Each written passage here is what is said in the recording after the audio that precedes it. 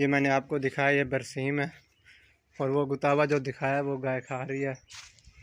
तो इस तरह की अच्छी वीडियो देखने के लिए यूट्यूब चैनल को ज़रूर सब्सक्राइब करके बेल के आल को ऑन करके रखें और फेसबुक पेज बशीर व्लॉग को भी, ताकि डेली की अच्छी वीडियो आप देख सकें।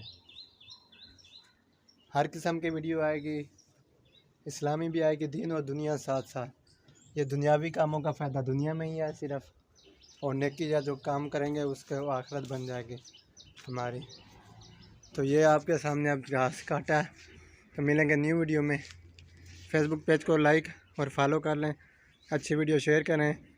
तो मिलेंगे न्यू वीडियो में, इजाज़त दें, अल्लाह हाफिज़।